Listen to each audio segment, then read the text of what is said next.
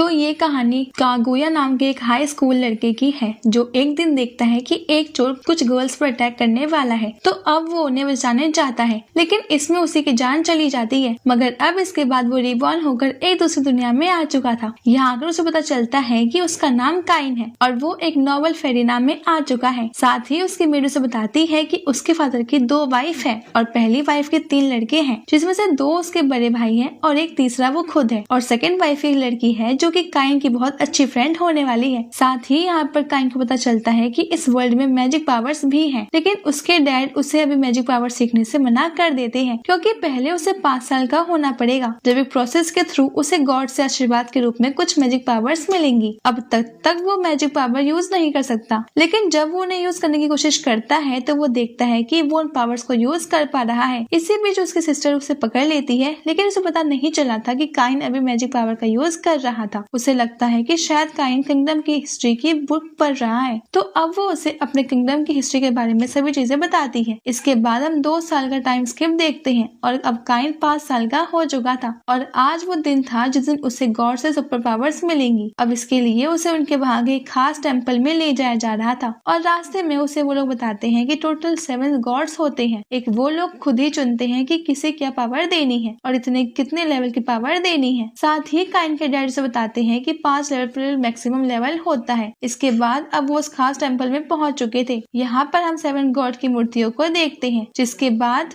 वहाँ के पुजारी किसी खास टेक्निक का यूज करते हैं और फिर वो सभी लोग गॉड से काइन के पावर्स के लिए प्रार्थना करते हैं। मगर तभी उन मूर्तियों में से बहुत तेज लाइट निकलने लगती है और यहाँ पर वो पुजारी को भी समझ में नहीं आ रहा था कि ये क्या हो रहा है। अब हम देखते हैं कि वहाँ काइन अभी दूसरी जगह पर टेलीपोर्ट हो चुका था। वैसे अभी वो उन 7 गॉड्स के सामने था और गॉड उसे बताते हैं कि पिछली लाइफ में मिस्टेक से काइन की मौत हो गई थी, जबकि तब ऐसा नहीं करना चाहते थे, इसलिए माफी मांगने के लिए उन्हें काइन को इस वर्ल्ड में भेजा है। अब काइन उन्हें माफ कर देता है और कहता है कि आप लोगों को माफी मांगने की जरूरत नहीं है, मैं इस वर्ल्ड में आकर बहुत खुश हूँ। उस वर्ल्ड में सिर्फ मेरे ग्रैंडफादर ही थे जिनकी डेथ के बाद मैं बिल्कुल अकेला हो गया था, इसीलिए आपका बहुत बहुत शुक्रिया कि आपने मुझे फिर से एक फेरीना दी है। अब वो सभी गॉड्स इस बात से बहुत खुश होते हैं और फिर वो 7 अपने पावर काइन को दे देते हैं, जबकि किसी भी व्यक्ति के पास 7 गॉड्स की पावर नहीं होती है। किसी के पास एक तो किसी के पास ज्यादा से ज्यादा 2 गॉड की पावर होती है। साथ ही इतनी पावर्स के साथ उन्होंने काइन का लेवल भी सीधा 10 कर दिया था, जबकि लेवल 5 हाईएस्ट लेवल होता है। अब नॉर्मल वर्ल्ड में आने के बाद काइन कोशिश करता है कि उसका लेवल उसकी फेरीना में भी किसी को पता ना चले, क्योंकि वो ये देखकर बहुत शॉक होंगे, लेकिन एट द एंड सभी को पता लग जाता है, जिसके बाद उसके डैड उसे अपना लेवल छुपाने को कहते हैं। अब काइन उनकी बात मान लेता है और अपने कमरे में चले जाता है, जहाँ पर उसे एक सामनिंग टेक्निक्स की कुछ बुक मिलती है, जिसमें एक बड़े से मॉन्स्टर को समन करने की टेक्निक लिखी हुई थी। अब काइन को थोड़ी कंफ्यूजन हो जाती है और उसे लगता है कि शायद इससे कोई क्यूट एनिमल आएगा, लेकिन जब वो उस टेक्निक का यूज करता है तो वो गलती से अपने गार्डन में एक बड़े से मॉन्स्टर को समन कर लेता है। अब ये खतरनाक मॉन्स्टर काइन की बहन और उसके दोस्त के ऊपर अटैक करने वाला था। अब काइन डिसाइड करता है कि वो उसे रोकेगा और जब वो वहां जाता है तो वो उसे समनिंग टेक्निक्स को अपोजिट तरीके से यूज करता है, जिसकी वजह से वो फिर से उस मॉन्स्टर को वहां से गायब कर देता है। इसमें उसकी पूरी पावर लग चुकी थी और वो वहीं गिर चुका था, मगर उसकी बहन से थैंक यू कहती है, जिस बात से उन्हें बहुत ज्यादा खुशी होती है और वो डिसाइड करता है कि अब से वो सभी की मदद करेगा। अब नेक्स्ट सीन में हम आ जाते हैं काइन के अगले बर्थडे पर, जहाँ उसके डैड उसे पूछते हैं तो बताओ तुम्हें फ्यूचर में क्या करना है। तो इस पर वो बताता है कि उसे एक एडवेंचरर बनना है, वो पूरी दुनिया घूमना चाहता है और नई नई मैजिक पावर से सीख कर सबकी मदद करना चाहता है। दूसरी तरफ एक गॉड इस बात से थोड़ी शॉक थी और दूसरे गॉड से पूछ रही थी कि क्या हमने ये सही किया, क्योंकि हमने एक इतने छोटे बच्चे को इतनी ज्यादा पावर दे दी है। लेकिन इस पर दूसरे गॉड उससे कहते हैं कि आप बिल्कुल चिंता मत कीजिए, अभी ये पावर्स कुछ भी नहीं है। 16 साल की उम्र में ये लड़का अपने कॉन्टिनेंट का सबसे स्ट्रॉन्ग मैजिशियन बनने वाला है। वैसे इसके बाद अब काइन के डैड उसके लिए कुछ टीचर्स को बुलवाते हैं।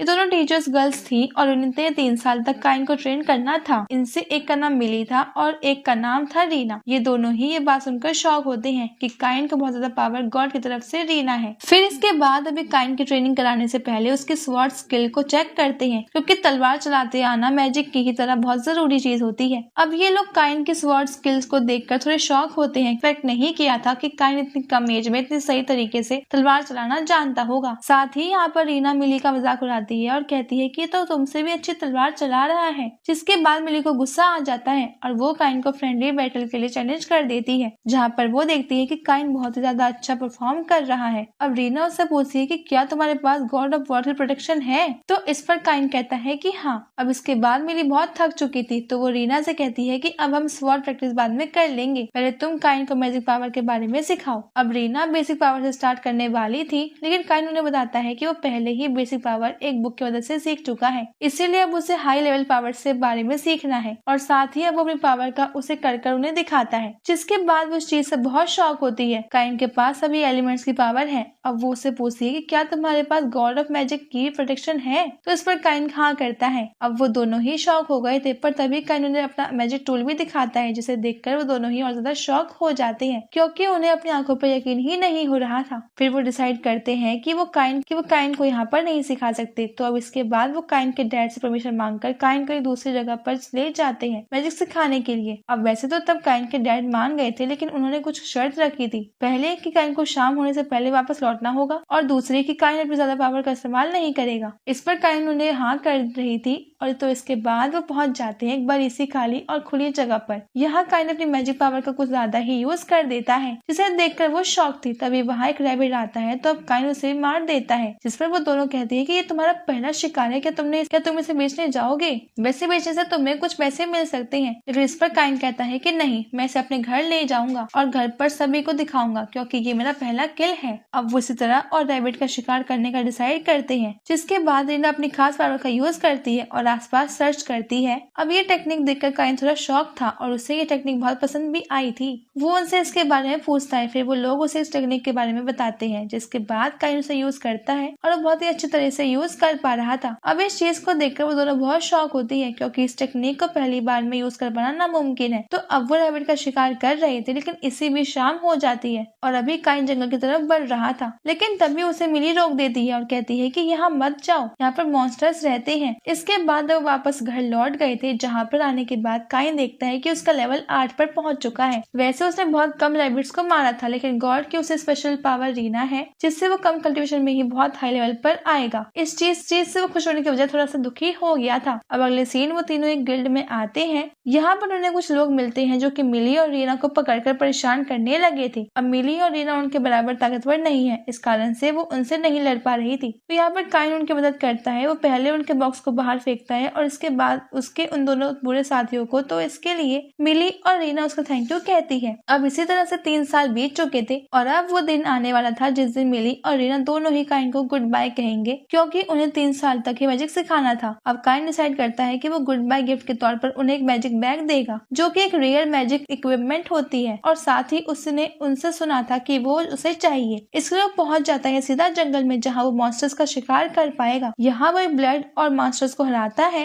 लेकिन यहाँ का ब्लास्ट इतना तेज था कि सभी लोग समझते हैं कि मॉन्स्टर्स ने उन पर अटैक कर दिया है, इसलिए पूरी सेना उस जंगल की तरफ निकल पड़ती है जिसको काइन के डैड गाइड कर रहे थे। मगर अब वहाँ पहुंचकर उन्हें उस बहुत सा बड़ा एक गड्ढा दिखता है लेकिन ये वहाँ पर कोई भी नहीं था। पर तभी काइन के डैड को वहाँ काइन का रुमाल दिखता है और वो समझ जाते हैं कि काइन यहाँ पर आया था। अब अगले दिन की बात है जब काइन अपनी आखिरी दिन की ट्रेनिंग कर मिली और रीना को वो तोहफा देता है, लेकिन वो दोनों ही इसे लेने से मना करती है क्योंकि ये ड्रैगन्स की बॉडी से बना था और ये सच में बहुत ज्यादा महंगा और रेयर ट्रेजर है। लेकिन काइन उनसे कहता है कि तुम दोनों ने मुझे मैजिक सिखाया है तो इसके बदले ये कुछ भी नहीं है। इसके बाद वो दोनों उसे रख लेती है और उससे अपने स्टाइल में थैंक यू भी कहती है। अब अगले सीन में हम देखते हैं कि काइन के डैड उसे डांट रहे थे क्योंकि वो बिना बताए उस जंगल में गया और यहाँ तक कि उसने वहाँ पर अपनी मैजिक पावर का यूज किया, जिसे देखकर सारे लोग डर गए। मगर अब काइन इस चीज के लिए उनसे माफी मांगता है और कहता है कि उसे ऐसा नहीं करना चाहिए था। अब इसके बाद उससे ट्रेनिंग के लिए अलग जगह पर भेजते हैं जहाँ वो बहुत से मॉन्स्टर को हरा सकता था,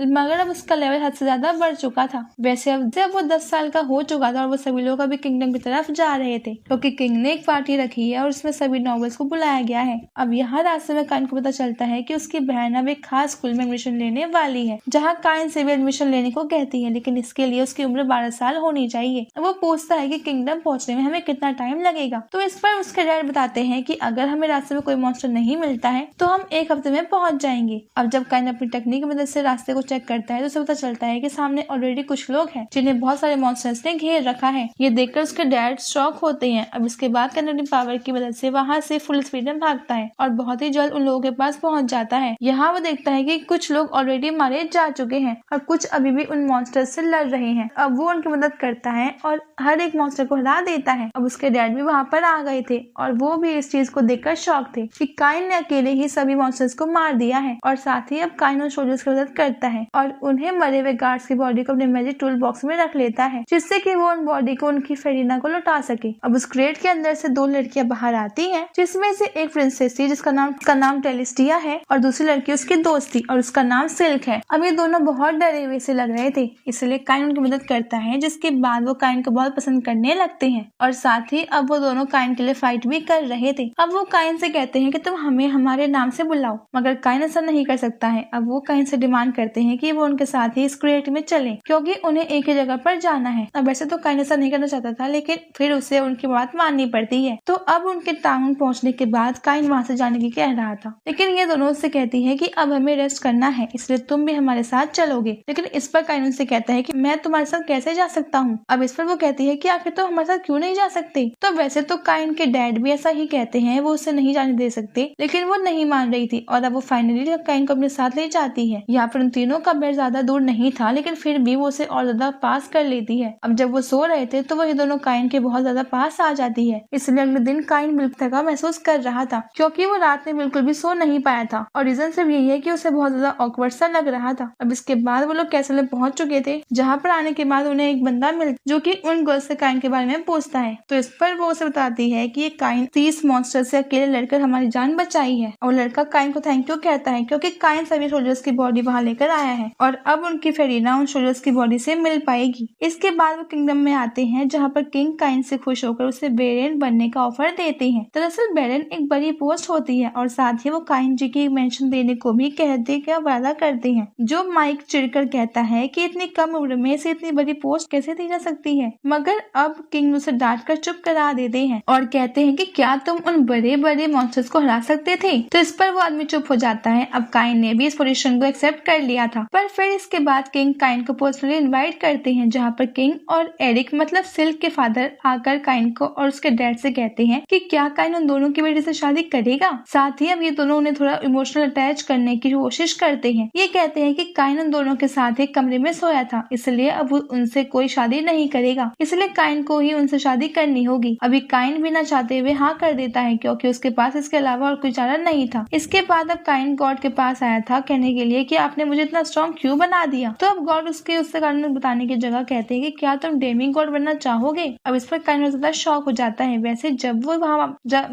वो वहाँ से वापस लौट रहा था, तब गॉड उसे रिक्वेस्ट करते हैं कि क्या धरती पर ऐसा कोई गेम है जो हम सब खेल सके, क्योंकि हम यहाँ बहुत बोर होते हैं। अब काइन उनसे कहता है कि मैं जरूर ही एक अच्छा गेम ढूंढकर यहाँ पर लेकर आऊंगा। अब हम देखते हैं कि इसके बाद जब काइन अपनी सिस्टर के साथ मार्केट में आया था, तो यहाँ पर वो ऐसे ही घूमते वक्त रास्ते पर उसे फार्मर मिलती है, जो कि वही कैट गर्ल की है जिसकी जान काइन ने बचाई थी और ये यहाँ पर अभी अपने अंकल के पास आई थी। वैसे उसके अंकल साइपर नाम की कंपनी चलाते हैं, वैसे उनके पास अभी तक कोई प्रोडक्ट नहीं है। तो अब काइन उन्हें प्रोडक्ट बनाने को कहता है। वैसे ये एक गेम है और इसे रिवर्स ही कहा जाता है। अब वैसे तो फार्मो के अंकल को भी ये चीज बहुत पसंद आई थी, लेकिन उनके पास पैसे नहीं थे कि वो इसका फर्स्ट सैंपल बना सके, इसलिए अब काइन उन्हें एक गोल्ड कॉइन दे देता है। अब वैसे उसे वो नहीं लेना चाहते थे, लेकिन काइन कहता है कि ये बस स्टार्टिंग के लिए एक इन्वेस्टमेंट है। अब इसके बाद काइन वहाँ से वापस घर आ चुका था और अब नेक्स्ट डे जब वो बैठा हुआ था और अपनी सिस्टर की ड्रेसेस की तारीफ कर रहा था, जो कि उसे जबरदस्ती करनी पड़ रही थी, तभी वहाँ पर उनकी मेड आ जाती है। अब ये कहती है कि फार्मा के अंकल आपको बुला रहे हैं और अब वो वहाँ जाकर कॉइन देखता है कि फार्मा के अंकल ने वो गेम पूरी तरह से कंप्लीट कर लिया है। ये गेम बिल्कुल परफेक्टली बना था। इसके बाद अब उन्हें ऐसे और गेम बनाने थे जिन्हें वो सेल कर सके। अब काइन उन्हें आइडिया देता है कि आप इन्हें ही थोड़े अलग अलग तरीके से डिजाइन कीजिएगा, जिससे कि नॉवेल्स के लिए अलग और नॉर्मल लोगों के लिए अलग रहे। इससे सभी लोग ज्यादा पसंद करेंगे। इसके बाद अब फार्मा के अंकल एक खास पेटेंट कराने के तरीका यूज करते हैं। इसमें वो गॉड ऑफ पेटेंट से उस प्रोडक्ट को पेटेंट कर लेते हैं। अब 3 साल तक कोई भी इस प्रोडक्ट को नहीं बना सकता था और फिर काइन उनसे कुछ और प्रोडक्ट सैंपल बनाने को कहता है, जिससे कि वो एक किंग को भी दे पाए। वैसे अब ये उसने गॉड्स को भी दे दिया था, जिससे अब गॉड उससे बहुत खुश थे। अब उसे खबर मिलती है कि जल्द ही उसकी वेरिएंट बनने की सेरेमनी चालू होने वाली है। अब वो वहाँ पार्टी में पहुँचता है, जहाँ पर बहुत सारी भीड़ को देखकर शॉक था। अब यहाँ पर वो पहले सिल्क से मिलता है, जो कि बहुत ही सुंदर लग रही थी और अब वो वहाँ पहुंचकर तुरंत ही उसकी तारीफ करता है, जिससे सिल्क बहुत खुश हो जाती है। और अब जब वो टेलिस्टिया मिलता है तो उससे भी तारीफ करता करता है और वो तारीफ इतनी परफेक्टली कर रहा था कि टेलिस्टिया भी बहुत खुश हो गई थी और काइन को टैलेंट देखकर किंग और काइन के डैड दोनों ही बहुत शॉक थे। वैसे इसका कारण यही था कि काइन को जबरदस्ती अपनी सिस्टर की तारीफ करनी पड़ती थी, जिससे अब वो इस चीज से माहिर हो चुका है। अब फाइनली सेरेमनी स्टार्ट हो जाती है और काइन को बेरेन बना दिया जाता है। यहाँ पर वो किंग को वही गेम गिफ्ट करता है और जब वो वहाँ से आ रहा था तभी काइन के डैड उससे पूछते हैं कि तुमने ये गेम क्यों बनाया और तुमने मुझे उसके बारे में कभी कुछ बताया क्यों नहीं। अब इस पर काइन कहता है कि आप जानते हुए हो कि हमें एक मैंशन मिलने वाला है और अब हमें उसकी भी देखभाल करनी होगी, इसलिए उसके लिए लगेंगे बहुत सारे पैसे और मैं नहीं चाहता कि इतनी बड़ी पोस्ट पर आने के बाद भी हम गरीब वाली जिंदगी जिए, क्योंकि बेरेन बनने के बाद इतना पैसा नहीं मिलेगा, तो इसलिए मैंने ये बिजनेस स्टार्ट किया है, वो भी साइपर कंपनी के साथ मिलकर। अब इस बात से उसके फादर उससे बहुत ज्यादा खुश होते हैं और कहते हैं कि तुम सच में बहुत ज्यादा इंटेलिजेंट हो। अब वो वहाँ से चले गए थे और उसे यहीं छोड़ गए थे क्योंकि अब तो पार्टी शुरू हुई है। अब यहाँ आने के बाद काइन सिल्क से मिलता है जो कि कहती है कि टेलिस्टिया भी बिजी है, इसलिए हमें अगले टाइम बिताना चाहिए। अब वो बैठे थे तभी वहाँ पर 3 लड़के आते हैं। दरअसल ये उसी माइक के लड़के थे जो कि किंगडम में कह रहा था कि काइन को बेरेन नहीं बनना चाहिए क्योंकि उसकी उम्र कम है। वैसे ये तीनों लड़के उसी की तरह थोड़े एक गुस्से वाले हैं और अब ये इस चीज से गुस्सा हो जाते हैं कि आखिर काइन सिल्क के इतने पास क्यों बैठा है और फिर अब ये तीनों काइन को चैलेंज भी कर देते हैं। इस चैलेंज एक्सेप्ट करने के बाद काइन देखता है कि उनके पास बिल्कुल भी टैलेंट नहीं है। अब काइन तो उन्हें बहुत आसानी से हरा सकता था, तभी सिल्क उन तीनों को बताती है कि काइन असल में बेरेन का बेटा नहीं बल्कि खुद बेरेन ही है और इसी ने उन 30 मॉन्स्टर्स को अकेले हराया था। अब ये बात सुनकर वो तीनों काइन से माफी मांगते हैं और साथ ही वो ज्यादा शौक भी लग रहे थे। अब इसके बाद हम देखते हैं कि वहाँ पर टेलिस्टिया भी आ गई थी और अब सिल्क, टेलिस्टिया और काइन तीनों ही डेट पर जाने का प्लान करते हैं। वैसे यहाँ पर काइन की मर्जी नहीं पूछी जा रही थी। अब इसके बाद वहाँ पर किंग भी आ जाते हैं और जब वो ये बात सुनते हैं कि ये तीनों डेट पर जा रहे हैं तो वो इन्हें सिर्फ यही सलाह देते हैं कि वहाँ पर देख कर रहना क्योंकि एंगेजमेंट वाली बात अभी सिर्फ उन्हीं के बीच में है। कुछ दिन के बाद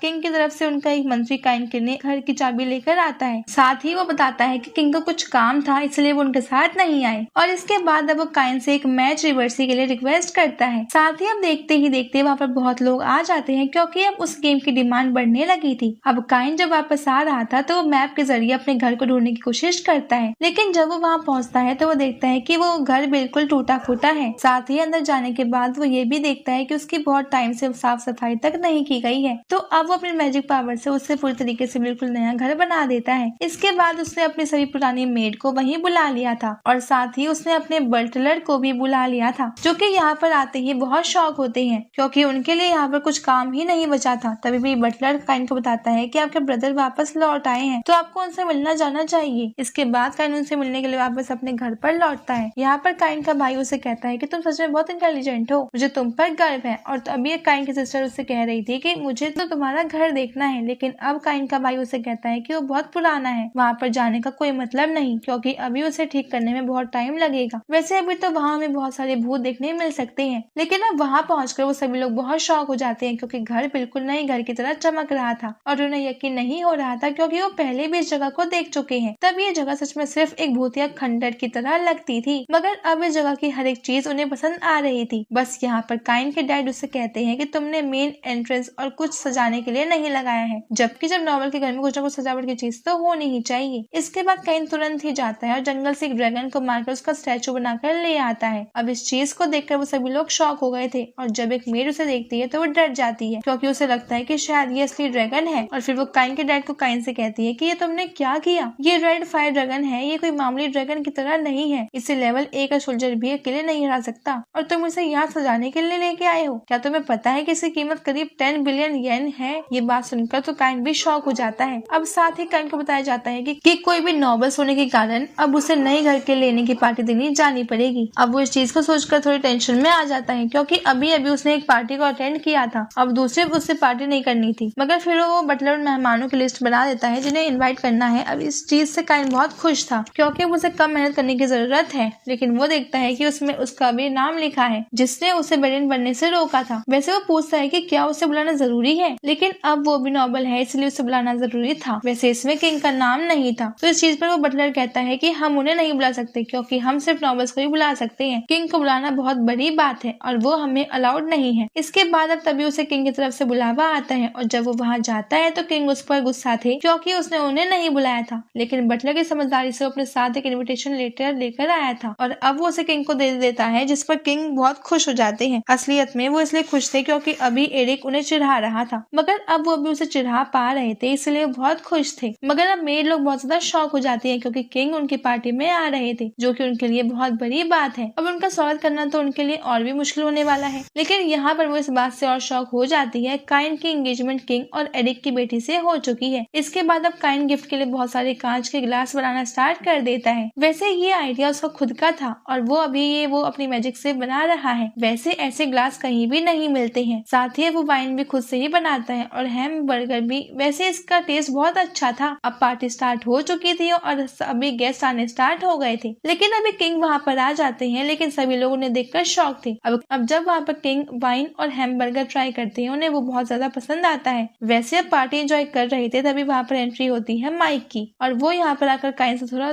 रूडली बिहेव करता है। और फिर जब वो वाइन पीता है तो उसे पसंद तो आती है, लेकिन वो कहता है कि नहीं, ये उतनी अच्छी नहीं है। साथ ही वो हैमबर्गर का भी मजाक उड़ा रहा था, मगर अब इस चीज से काइन को बहुत ज्यादा गुस्सा आ जाता है। साथ ही इसके बाद अब वो माइक से कहता है कि मुझे तो सारे ग्लास चाहिए, वरना मुझे गिफ्ट मत देना और तुम मुझे मना भी नहीं कर सकते। अब उससे बदला लेने के लिए काइन कहता है कि ठीक है, मैं तुम्हें इस जगह की सबसे हैवी चीज देता हूँ। अब इस पर माइक खुश हो जाता है और कहता है कि ठीक है। अब जैसे ही काइन सामने से हटाता है तो उसके पीछे किंग खड़े थे। अब माइक उन्हें देखकर डर जाता है और वहाँ से भाग जाता है। वैसे किंग उस पर गुस्सा हो रहे थे। इसके बाद किंग काइन पर भी गुस्सा होते हैं क्योंकि काइन ने उन्हें इस जगह की सबसे हैवी चीज कहकर बुलाया था कि और इसके लिए अब हमारे काइन को 2 घंटे तक लेक्चर सुनना पड़ता है और वो सिर्फ उन्हें सॉरी ही कहते जा रहे थे। इस एरिया में घूम रहा था, तभी उसे वहाँ वाइस कैप्टन टाइम मिलते हैं। ये दोनों एक दूसरे को गुड मॉर्निंग कहते हैं और फिर इसके बाद काइन टाइम से स्टोर रूम का पूछता है जहाँ वो अपना सामान रख सके। तो अब टाइम उसे एक बड़ा सा रूम दिखाता है, लेकिन उसे देखकर काइन उससे कहता है कि क्या मुझे थोड़ी और बड़ी जगह मिल सकती है क्या। अब ये बात सुनकर टाइम बहुत शॉक होता है। दरअसल काइन में कहा था कि उसे बस अपना आइटम बॉक्स खाली करना है। वैसे काइन की पार्टी में टाइम भी आया था, जहाँ उसने उस रेड ड्रैगन को देखा था।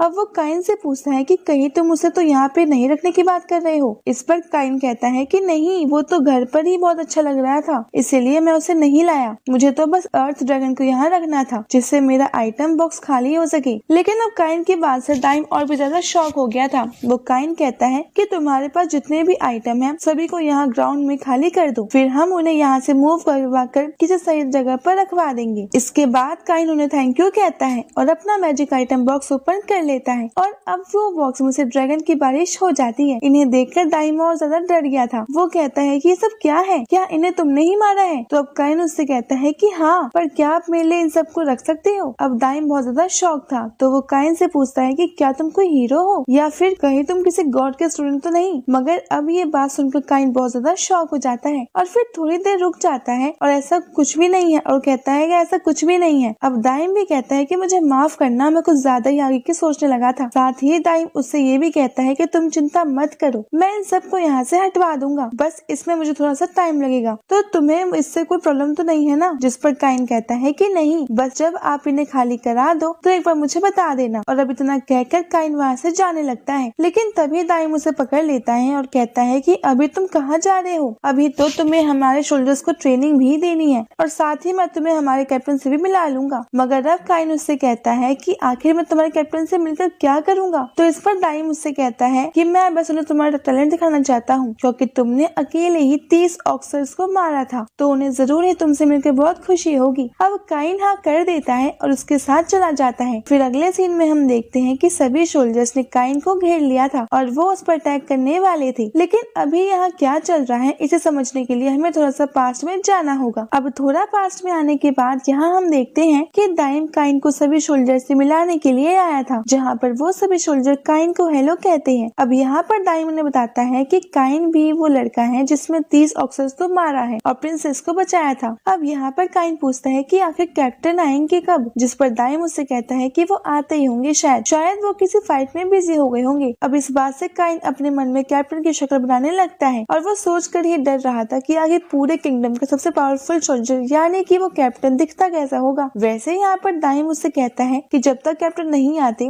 तब तक हमें डुअल फाइट स्टार्ट कर लेनी चाहिए। दरअसल दाइम काइन को एक एक सोल्जर से फाइट कराकर उन सोल्जर्स को ट्रेन कराना चाहता है। लेकिन अब एक सोल्जर दाइम से कहता है कि वाइस कैप्टन, आखिर हम इस लड़के से फाइट कैसे करें, भले ही इसे पावरफुल ऑक्सर्स को हराया हो, लेकिन फिर भी ये है तो सिर्फ एक नॉर्मल 10 साल का बच्चा ही, क्या हमें सच में इसे फाइट करनी चाहिए? तो इस पर दाइम कहता है कि तुम्हें थोड़ा डाउट लग रहा है तो चलो तुम पहले ही फाइट कर लो। अब वो सोल्जर मैदान में आता है और काइन से कहता है कि देखो बच्चे, मैं तुम्हें पहले अटैक करने का मौका देता हूँ। जिस पर काइन कहता है कि ठीक है, जैसी आपकी मर्जी। और इसके बाद वो अपनी अल्ट्रा बूस्ट टेक्निक का यूज कर अपनी लकड़ी की तलवार लेकर निकल पड़ता है। हम देखते हैं कि उसकी स्पीड इतनी थी कि कोई भी उसे नहीं देख पा रहा था और अब वो तुरंत ही उस सोल्जर की तलवार को तोड़ देता है, जिसके बाद वो सोल्जर खुद ही हार मान लेता है। अब काइन वहाँ से जाने लगा था, लेकिन तभी दाइम उसे रोक लेता है और उससे कहता है कि तुम अभी यहाँ से कहाँ जा रहे हो, अभी तो ट्रेनिंग स्टार्ट ही हुई है। और इसके बाद अब वो कहता है कि एक एक सोल्जर को ट्रेन करने में तो मुझे बहुत देर लगेगी, क्यों ना हम सभी सोल्जर्स को एक साथ ही ट्रेन करें। अब हम फिर से प्रेजेंट के सीन में आ जाते हैं, जहाँ पर काइन को सभी सोल्जर्स ने घेर लिया था, लेकिन तभी उन सभी सोल्जर्स को रुकने की आवाज आती है। ये आवाज और किसी की नहीं बल्कि कैप्टन की थी। अब वो लोग दूसरी तरफ देखते हैं, जहाँ वो कैप्टन जंप करते हुए उनके पास आ रही थी। दरअसल उनकी कैप्टन एक एल्फ लड़की है। यहाँ आते ही वो कहती है कि आखिर तुम लोग रॉयल सोल्जर्स होकर एक छोटे से 10 साल के बच्चे पर अपनी तलवार कैसे चला सकते हो। और फिर अब वो काइन को पकड़कर कहती है कि तुम्हें चिंता करने की जरूरत नहीं है, अब मैं आ गई हूँ, इसलिए तुम बिल्कुल सेफ हो। अब यहाँ पर काइन नोटिस करता है कि वो गर्ल एक एल्फ है। तभी वो गर्ल खड़ी होती है और दाइम से कहती है कि आखिर तुम ऐसे खड़े होकर ये सब देख कैसे सकते हो। ये सोल्जर्स एक मामूली छोटे बच्चे को परेशान कर रहे थे, तो क्या तुम्हें इन्हें नहीं रुकना चाहिए था। मगर अब दाइम कहता है कि कैप्टन मैं ऐसा क्यों करूंगा। अब उसकी बात सुनकर काइन बहुत शॉक हो गया था। तभी दाइम कैप्टन को बताता है कि ये वही लड़का है 30 ऑक्सस को मारा था और साथ ही प्रिंसेस टेलिस्टिया को भी बचाया था। अब दाइम की बात सुनकर कैप्टन का पूरा बिहेवियर ही चेंज हो जाता है। वो काइन की तरफ बहुत ही लालच भरी नजरों से देख रही थी और अब वो काइन से कहती है कि तुम ही वो हो जिसने उन 30 ऑक्सस को मारा था, चलो अब मेरे साथ एक डुअल फाइट करने के लिए तैयार हो जाओ। अब ये बात सुनकर काइन बहुत शॉक हो जाता है और कहता है कि अभी तो ये कह रही थी कि मैं इसके साथ बिल्कुल सेफ हूँ। अब दाइम कैप्टन से कहता है कि अभी अभी तो आप इस लड़के से मिली हो, पहले आपको अपने आप को इंट्रोड्यूस कराना चाहिए। मगर इस पर कैप्टन कहती है कि नहीं, फाइटर्स तलवारों से बात करते हैं ना कि मुंह से। और इसके बाद अब वो काइन से लड़ने के लिए तैयार थी, मगर काइन बताता है कि मेरे पास मामूली सी लकड़ी की तलवार है और तुम्हारे पास स्टील की, तो आखिर तुम ही बताओ क्या ये फेयर होगा। तो इस पर कैप्टन कहती है कि हाँ, इससे कोई फर्क नहीं पड़ता। अब टाइम वेस्ट ना करते हुए हमें फाइट स्टार्ट करनी चाहिए। इसके बाद अब लड़ाई स्टार्ट हो जाती है। हम देखते हैं कि वो कैप्टन शुरू से ही इस फाइट को बिल्कुल सीरियस से ले रही थी। वो अपनी बूस्ट पावर को एक्टिवेट कर काइन पर एक के बाद एक अटैक कर रही थी, लेकिन यहाँ काइन भी बूस्ट पावर का यूज कर बहुत स्पीड से उसके अटैक्स को रोकते जा रहा था। वैसे बाकी सोल्जर्स ये देखकर शॉक तो हो रहे थे और कह रहे थे कि ये लड़का तो पहले से भी ज्यादा तेज फाइट कर रहा है। अब हम देखते हैं कि काइन थोड़ा पीछे आता है और इसके बाद पूरी स्पीड के साथ कैप्टन की तरफ अटैक करता है। वैसे वहाँ कैप्टन भी उसकी तरफ अटैक कर रही थी, लेकिन तभी काइन वहाँ से गायब होकर कैप्टन के पीछे आ जाता है और अपनी लकड़ी की तलवार कैप्टन के गले पर रख देता है और कहता है कि अब तुम हार चुकी हो। अब इस चीज से वैसे तो बाकी सभी सोल्जर्स बहुत शॉक थे, लेकिन वो लोग ज्यादा शॉक थे तब होते हैं जब अचानक से कैप्टन काइन को पकड़ लेती है और कहती है कि मुझसे शादी कर लो। अब इस चीज से सोल्जर्स के साथ साथ काइन भी बहुत ज्यादा शॉक हो चुका था और अब वो कहता है कि मैं तो बस 10 साल का एक बच्चा हूँ, मैं तुमसे शादी कैसे कर सकता हूँ, यहाँ तक कि मुझे तो तुम्हारे बारे में कुछ भी पता भी नहीं है। अब इस पर कैप्टन कहती है कि हाँ, तुमने बिल्कुल सही कहा, ये तो सच बात है, मुझे पहले अपने आप को इंट्रोड्यूस करा देना चाहिए था। अब वो कहती है कि मेरा नाम तिजुआना है और मैं रॉयल एस्फोर्ट की कैप्टन हूँ, साथ ही मैं लाई पोर्ट की बेटी हूँ जो कि नॉर्थन फॉरेस्ट को देखती है। और जहाँ तक रही एज डिफरेंस की बात, तो मुझे उससे कोई फर्क नहीं पड़ता, क्योंकि वैसे भी मैं एक एल्फ हूँ, तो इसका मतलब मैं 300 साल तक आराम से जीऊंगी, इसलिए तुम्हें इस बात की चिंता करने की जरूरत नहीं है कि मैं तुमसे पहले बूढ़ी हो जाऊंगी। अब इस बात से चेन शॉक हो जाता है और कहता है कि शायद तुम अपने आप से ही थोड़ी ना अपनी शादी का डिसीजन ले लोगी, इसके पहले तुम्हें अपनी फैमिली से पूछना भी तो पड़ेगा। मगर इस पर तिजुआना कहती है कि मुझे पूछने की जरूरत नहीं है, क्योंकि मैंने घर पर कहा था कि जब मुझे शादी के लिए एक लड़का मिल जाएगा तभी मैं वापस लौट कर आऊंगी। अब इस चीज पर काइन और ज्यादा शॉक था।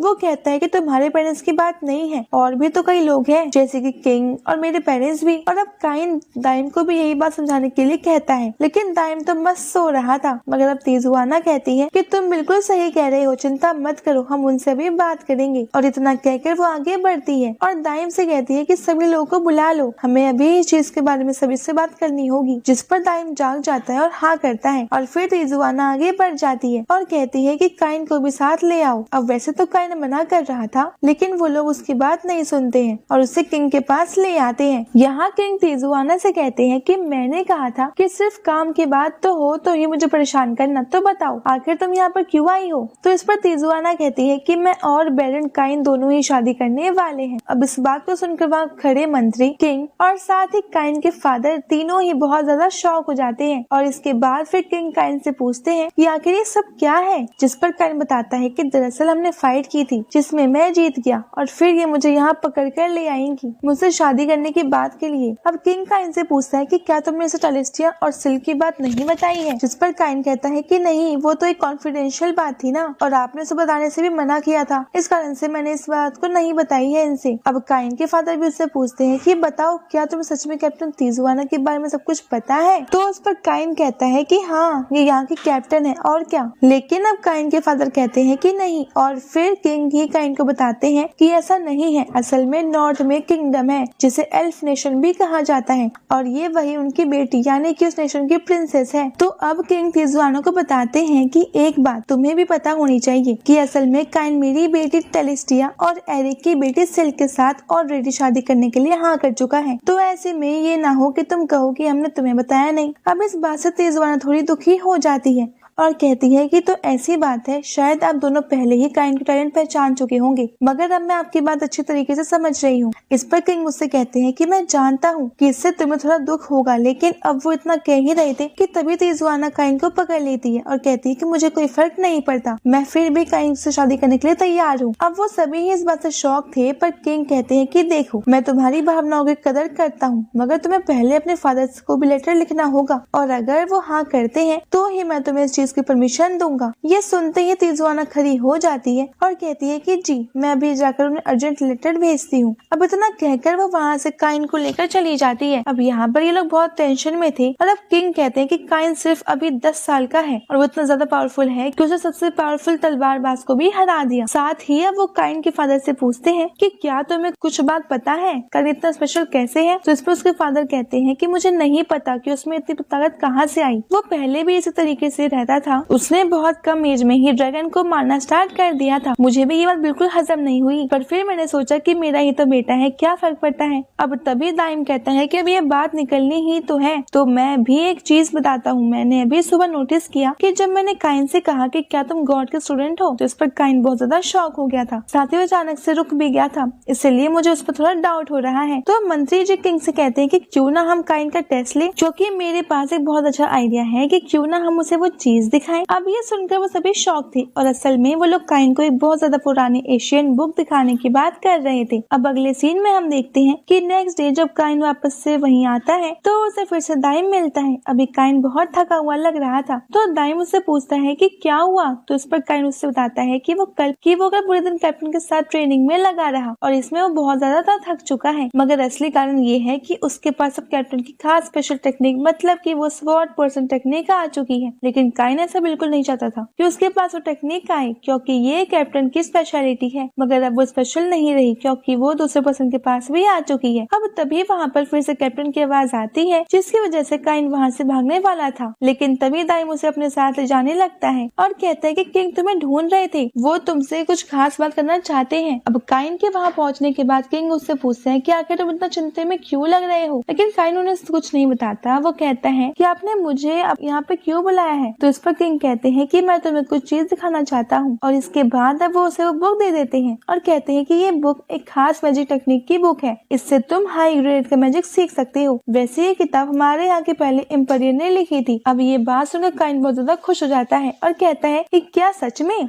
आप ये चाहते हो। इस पर किंग कहते हैं कि हाँ बिल्कुल, और फिर अब काइन उसे खोलता है और कहता है कि इसमें तो बहुत ज्यादा पावरफुल मैजिक के बारे में लिखा है, ये तो मैंने पहली बार देखा है, मैं इसे भी जरूर सीखना चाहूंगा। अब किंग कहते हैं कि हाँ, मैंने जो सोचा था सब वैसे ही हो रहा है। काइन को ये बात समझ में नहीं आई थी कि वो उनसे पूछता है कि इस बात का मैं क्या मतलब हुआ। तो इस पर किंग कहते हैं कि हमें पता चल चुका है कि तुम असल में किसी और दुनिया से ही हो, क्योंकि इस बुक की में लैंग्वेज वो लिखी है जो कि फर्स्ट एम्पायर ने लिखी थी और वो इसे जापानीज कहते थे और हमसे कोई भी इस लैंग्वेज को नहीं पढ़ पाया है, लेकिन तुम इसे पढ़ पा रहे हो। अब जब काइन इस बुक को ध्यान से देखता है तो वो बहुत ज्यादा शॉक हो जाता है, क्योंकि सच में उसने ये चीज तो नोटिस की ही नहीं थी और फर्स्ट एम्परर का नाम भी सुनकर पता चल रहा था कि वो जापान से ही थे। अब किंग उससे कहते हैं कि मैं तुमसे आखिरी बार पूछ रहा हूँ कि तुम कौन हो और कहाँ से आए हो। तो काइन अपने मन में सोचता है कि क्या मुझे सब कुछ सच बता देना चाहिए, क्योंकि एक बार अगर उसे सब कुछ सच बता दिया तो शायद ये लोग उससे कभी भी बात ना करे। और अब काइन उसी बात से दुखी था और इस बात को बताने से उसकी फैमिली भी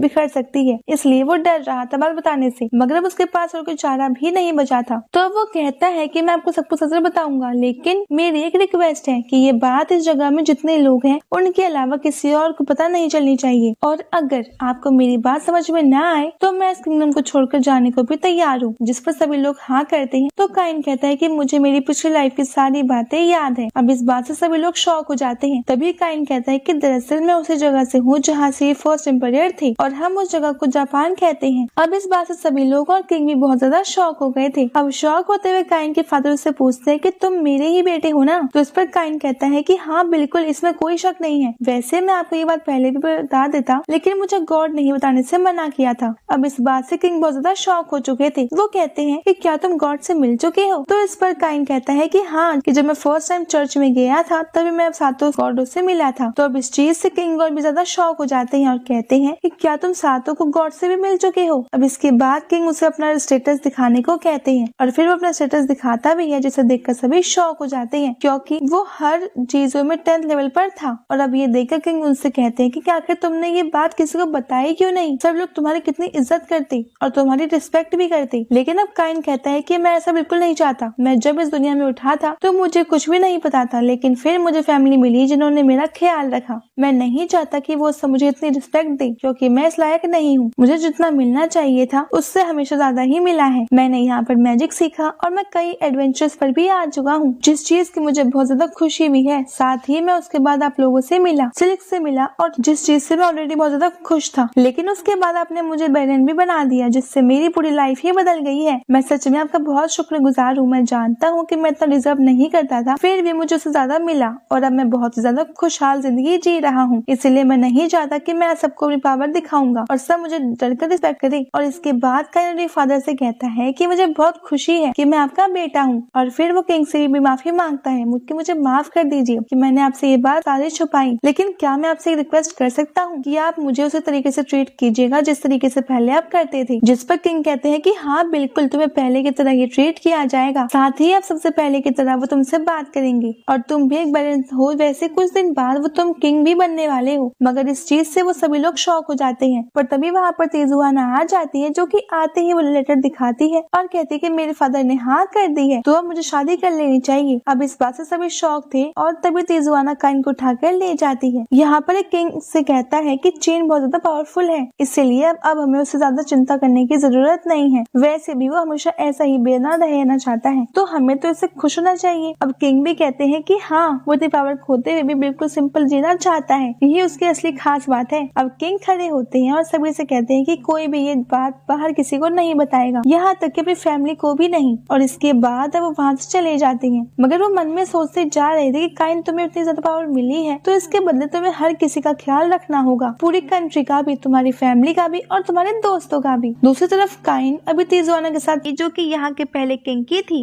और बुक उन्होंने खुद ही लिखी थी। और अब जैसे कि हमें पता है कि इस जगह का पहला किंग वहाँ पर समन किया था और वो भी जापान से ही था। साथ ही ये बुक भी उसने जापानीज में ही लिखी है, वो भी इसीलिए जिससे कि उसके बाद जो भी यहाँ समन हो वो ही इसे पढ़ पाए। इसलिए उसकी राइटिंग सिर्फ काइन को ही समझ में आ रही थी। अब काइन देखता है कि किंग ने उसमें लिखा है कि असल में एक एक्सीडेंट के चलते उसकी डेथ हो गई थी और इसके बाद उसे भी यही लगा था कि वो अब मारा जा चुका है, लेकिन असलियत में ऐसा नहीं था, क्योंकि जब उसका एक्सीडेंट हुआ था तभी उसे यहाँ इस वर्ल्ड में समन कर लिया गया था। अब इस बात से काइन थोड़ा शॉक होता है और सोचता है कि मुझे तो यहाँ पर रिकनेक्ट किया गया था, लेकिन इस बुक के मुताबिक पिछले किंग को यहाँ समन किया गया था। इसका मतलब वो अपने नॉर्मल फॉर्म में यहाँ पे आया था। अब वो पढ़ ही रहा था कि तभी वहाँ पर एक सिल्क और प्रिंसेस टेलिस्टिया आ जाती है और अब इसके आते ही काइन तुरंत बुक को बंद कर देता है। अब ये दोनों काइन से पूछते हैं कि क्या तुम अकेडमी के लिए तैयारी कर रहे हो, जिस पर काइन हाँ कर देता है। दरअसल वो उस अकेडमी की बात कर रही थी जिसमें काइन के बहन ने एडमिशन लिया था।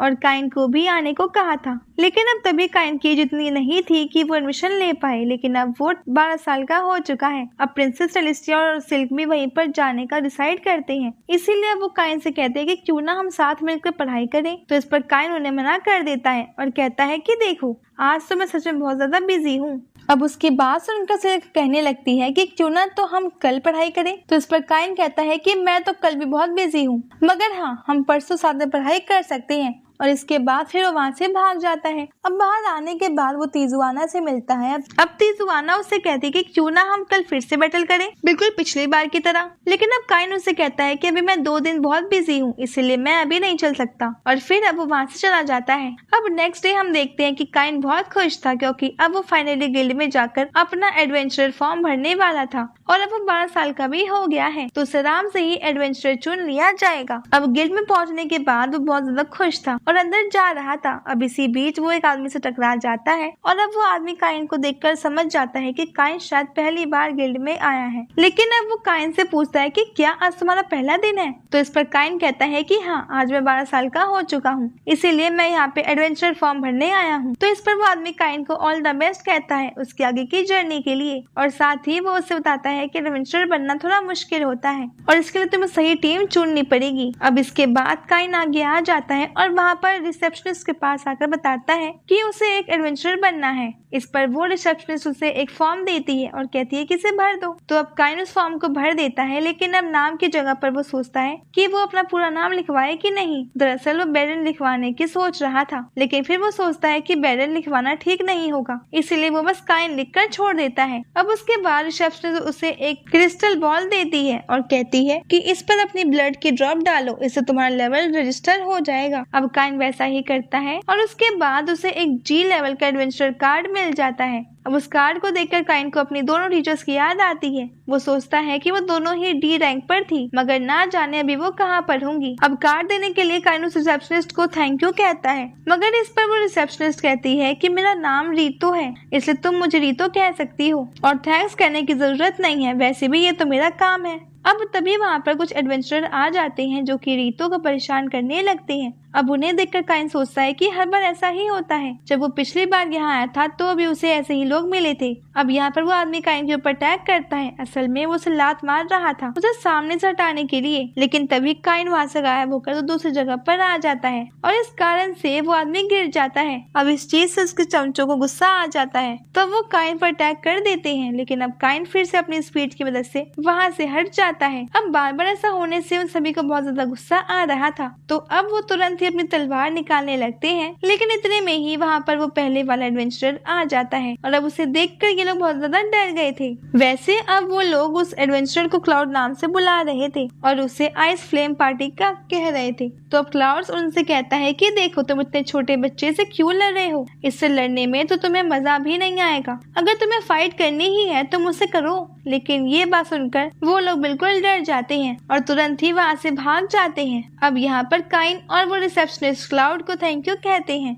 लेकिन इस पर क्लाउड कहता है कि इसकी कोई जरूरत नहीं है और फिर वो काइन की तारीफ करने लगता है। वो कह रहा था कि तुम्हारे मूव तो बहुत ही अच्छे थे, मुझे तुम बहुत स्ट्रॉन्ग पर्सन लग रहे हो और साथ ही तुम बहुत ब्रेव भी हो, तुम उन सभी से डर भी नहीं रहे थे। अब इसके बाद वो काइन को साथ में ड्रिंक करने का इन्विटेशन देता है और फिर वो दोनों बैठकर ड्रिंक करने लगते हैं। अब यहाँ पर क्लाउड काइन से कहता है कि तुम्हें इन टेक्निक्स को सीखने में बहुत टाइम लगा होगा। तो इस पर काइन कहता है कि मैं बचपन से इसकी ट्रेनिंग करते आ रहा हूँ, ये सब उसी का नतीजा है। इसके बाद काइन उसे अपने टीचर्स के बारे में बताता है, लेकिन क्लाउड इस पर ज्यादा ध्यान नहीं देता है और फिर काइन उससे पूछता है कि वो लोग तुम्हें क्लाउड कहकर बुला रहे थे और आइस फ्लेम पार्टी का कह रहे थे। तो इस पर क्लाउड बताता है कि हाँ, ये मेरा नाम है और वो आइस फ्लेम पार्टी मेरे ग्रुप का नाम है। दरअसल उसमें मैं और मेरी वाइफ दोनों मिलकर काम करते हैं। मैं अपनी फ्लेम स्वॉर्ड का यूज करता हूँ और वो अपने आइस मैजिक का यूज करती है, इसलिए हमें लोग आइस फ्लेम बुलाते हैं। साथ ही अब क्लाउड काइन को बताता है कि अगर तुम्हारी टीम में एक ट्रस्ट वाला पर्सन हो तो तुम्हें फिर से कोई भी दिक्कत नहीं होगी अपना लेवल जल्दी जल्दी बढ़ाने में, क्योंकि फिर तुम्हें एक भरोसा रहता है जिससे तुम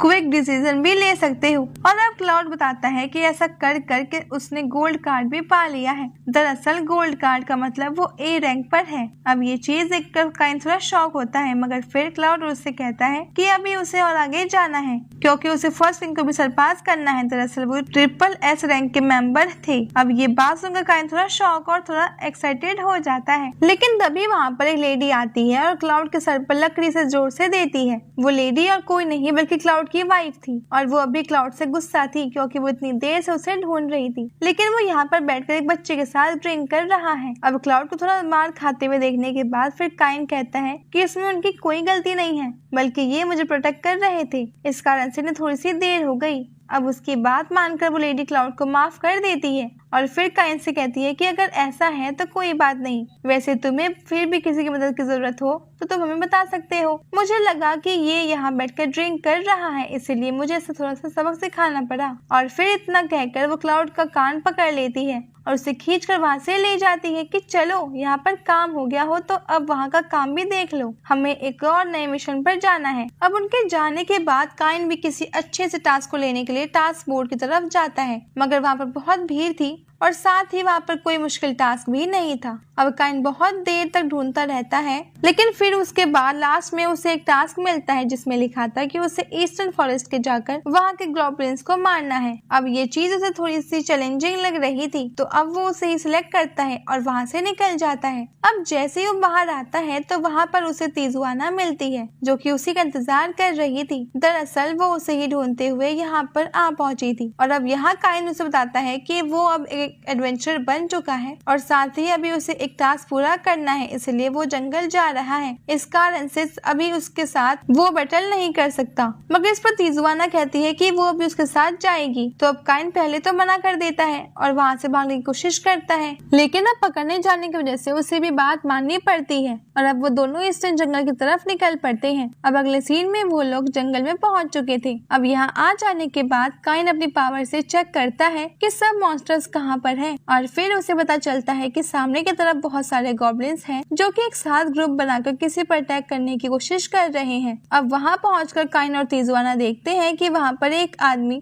जो कि अपना सामान जंगल के थ्रू सिटी में ला रहा था, उसके ऊपर कुछ गॉब्लिन्स ने अटैक कर दिया है और अब वो उसे मारने ही वाले थे, लेकिन तभी काइन और तिजुआना वहाँ पर बीच में आ जाते हैं और उस आदमी को बचा लेते हैं। अब यहाँ पर काइन उसे हील करता है और जब तक तिजुआना उन गॉब्लिन्स से फाइट करती है, वैसे काइन ने देखा था कि वहाँ पर बहुत सारे गॉब्लिन्स हैं, लेकिन अभी वहाँ पर बहुत कम गॉब्लिन थे, मगर अचानक से तभी वहाँ पर बहुत सारे गॉब्लिन्स एक साथ आना चालू हो जाते हैं जिन्हें तिजुआना अकेले नहीं संभाल सकती थी। इसीलिए फिर काइन अपनी पावर से देता है, जिसके बाद तिजुआना बहुत ज्यादा पावरफुल हो गई थी। साथ ही भी इस चीज से बहुत ज्यादा वो खुश भी थी। अब वो गॉब्लिन्स से फाइट करना स्टार्ट कर देती है और उन सभी को हरा भी देती है। अब इसके बाद वो सीधे ही काइन के पास आ गई थी उसे गले लगाने के लिए, लेकिन तभी वहाँ पर ग्रीन लिजार्ड मॉन्स्टर्स आ जाते हैं, जिन्हें देखकर काइन तिजुआना से कहता है कि तुम इस आदमी को थोड़े दूर जाकर प्रोटेक्ट करो, मैं जल्द से जल्द इन्हें हरा कर आता हूँ। और इसके बाद तिजुआना उसके बाद मान लेती है और उस आदमी को वहाँ से थोड़ी दूर ले जाती है। अब यहाँ पर पहले काइन अपनी लाइटनिंग पावर से उन सभी को ब्लाइंड कर देता है और उसके बाद आइस क्रिस्टल बनाकर उससे इतना तेज ब्लास्ट करता है कि इसकी वजह से वहाँ बहुत बड़ा गड्ढा हो गया था। वैसे भी तिजुआना और ये आदमी ये चीज देखकर शॉक थे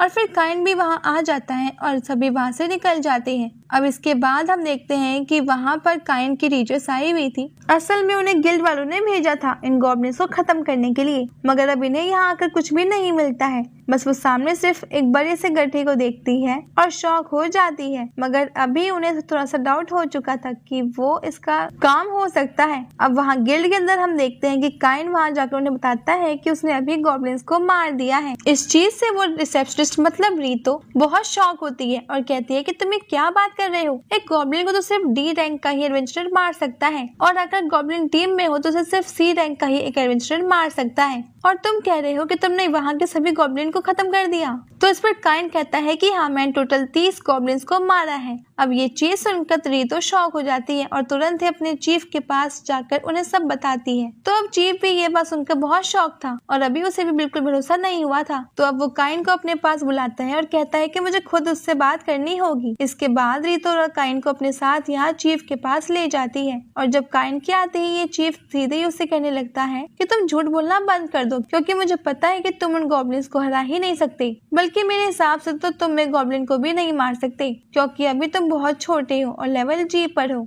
अब इस चीज से काइन थोड़ा दुखी हो जाता है और कहता है कि नहीं, मैंने ही उन्हें मारा है, मैं झूठ नहीं कह रहा। मगर अब चीफ को भी गुस्सा आने लगा था और अब वो लोग कहता है कि हम तुम्हें अभी से इस गिल्ड से बाहर निकालते हैं, अब तुम कभी भी एडवेंचर नहीं बन पाओगे। अब काइन ये बात सुनकर बहुत ज्यादा शॉक हो जाता है और सोचने लगता है कि क्या सच में आज पहले ही दिन मुझे अपने एडवेंचर से निकाल दिया जाएगा। वैसे अब रीतो भी मना कर रही थी लेकिन चीफ मान ही नहीं रहे थे। अब तभी वहाँ पर एक और आदमी आता है। दरअसल ये उस गिल्ड के गिल्ड मास्टर हैं और साथ ही वो एक एल्फ भी है। अब वहाँ पर आकर वो पूछते हैं कि आखिर ये इतना शोर क्यों हो रहा है। तो इस पर वो चीफ बताता है कि ये लड़का कह रहा है कि इसने 30 गॉब्लिन्स को मारा है, जो कि पॉसिबल ही नहीं है। उसका मतलब यही है कि ये साफ साफ रिवॉर्ड लेने के लिए हमसे झूठ कह रहा है। अब उसके बाद उनका मास्टर उससे पूछते हैं कि आखिर तुम ये कैसे कह सकते हो कि ये झूठ कह रहा है। तो इस पर चीफ कहता है कि इतना छोटा बच्चा है तो आखिर ये उन गॉब्लिन्स को कैसे मार सकता है, ये तो साफ साफ एक झूठी बात है ना। मगर अब इस बात पर वो गिल्ड मास्टर हंसने लगते हैं। साथ ही अब वो वही बैठ गए थे और फिर वो चीफ से कहते हैं कि अभी तुम्हें सच में बहुत कुछ सीखना है। अब इस बात से वो चीफ थोड़ा शॉक था, तो अब वो थोड़े गुस्से में कहता है कि मास्टर, क्या आप इस छोटे से बच्चे पर भरोसा कर रहे हो, जबकि आप भी जानते हो कि ये कभी भी उन्हें नहीं हरा सकता। लेकिन तभी वहाँ पर तीजुआना आ जाती है और काइन को हस्बैंड कहकर बुलाने लगती है। अब ये चीज देखकर रीतो और चीफ दोनों ही बहुत ज्यादा शॉक हो जाते हैं। उन्हें इस बात पर यकीन नहीं हो रहा था। फिर तीजुआना बताती है कि वो यहाँ पर सिर्फ गॉब्लिन और ग्रीन ग्लिजार्ड वाली बात बताने आई थी, क्योंकि वो जानती थी कि ये लोग उस पर भरोसा नहीं करेंगे। इस पर वो गिल्ड मास्टर कहते हैं कि आप चिंता मत कीजिए बैरन काइन,